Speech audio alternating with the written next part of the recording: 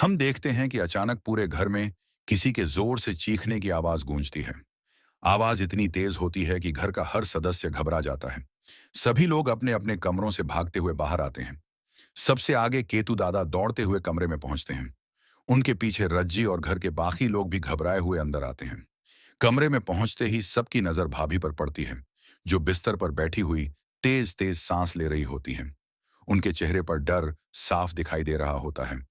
माथे पर पसीना होता है और आंखों में ऐसा खौफ जैसे उन्होंने कोई बहुत भयानक चीज देख ली हो। केतु दादा तुरंत उनके पास बैठ जाते हैं और घबराई हुई आवाज में कहते हैं, भाभी, क्या हुआ?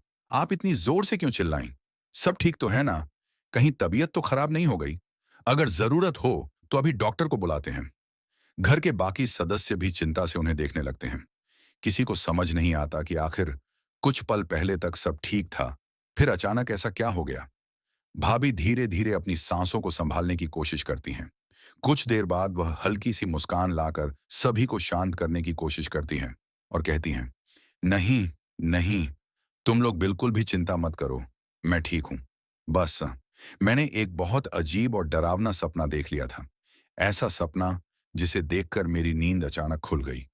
उनकी बात सुनकर सब लोग थोड़ी राहत की सांस लेते हैं, लेकिन उनके चेहरे का डर अभी भी किसी को चैन नहीं लेने देता। ऐसा लग रहा होता है कि वह सपना सिर्फ सपना नहीं था, बल्कि कोई ऐसा एहसास था जो उनके दिल में अभी भी जिंदा था। इतने में माहौल को हल्का करने के लिए केतु दादा मुस्कुराते हुए कहते हैं, अरे भाभी, आपने तो हम सबकी जान ही निकाल दी। हम तो समझे पता नहीं क्या हो गया।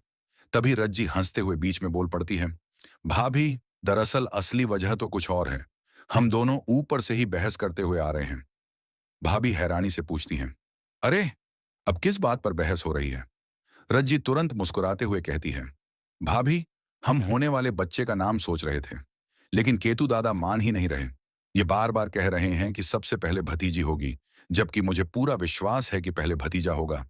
इतना सुनते ही केतु दादा तुरंत जवाब देते हैं, अरे विश्वास नहीं, यह तो पक्की बात है कि सबसे पहले हमारी प्यारी सी भतीजी ही आएगी। रज्जी भी पीछे हटने वालों में से नहीं होती। वह तुरंत कहती है, भतीजी जरूर आएगी, लेकिन पहले नहीं। पहले तो हमारा शेर जैसा भतीजा आएगा, बिल्कुल केतु दादा की तरह। ये सुनते ही कमरे में बैठे सभी लोग मुस्कुरा देते हैं। कुछ पल पहले जो माहौल डर से भरा हुआ था, वह धीरे धीरे हंसी में बदलने लगता है। लेकिन केतु दादा फिर से जिद पकड़ लेते हैं। वह कहते हैं, नहीं, नहीं, ऐसा बिल्कुल नहीं होगा। सबसे पहले घर में एक प्यारी सी लक्ष्मी आएगी, उसकी हंसी से पूरा घर गूंज उठेगा। रज्जी भी मुस्कुराते हुए जवाब देती है, और मैं कह रही हूं कि सबसे पहले घर का राजकुमार आएगा। देख लेना, मेरी बात बिल्कुल सच निकलेगी। दोनों की नोक-झोंक अब मजेदार बहस में बदल जाती है। घर के बाकी लोग भी उनकी बातों का आनंद लेने लगते हैं। भाभी दोनों को देखकर मुस्कुराती हैं, लेकिन उनके चेहरे पर अभी भी उस सपने की हल्की सी चिंता दिखाई देती है। वह कुछ कहना चाहती हैं, लेकिन खुद को रोक लेती हैं। शायद वह नहीं चाहती कि उनका सपना दोबारा सबको डरा दे। तभी केतु दादा फिर से हंसते हुए कहते हैं, अगर भतीजी हुई तो उसके लिए मैंने पहले से 10 सुंदर नाम सोच रखे हैं।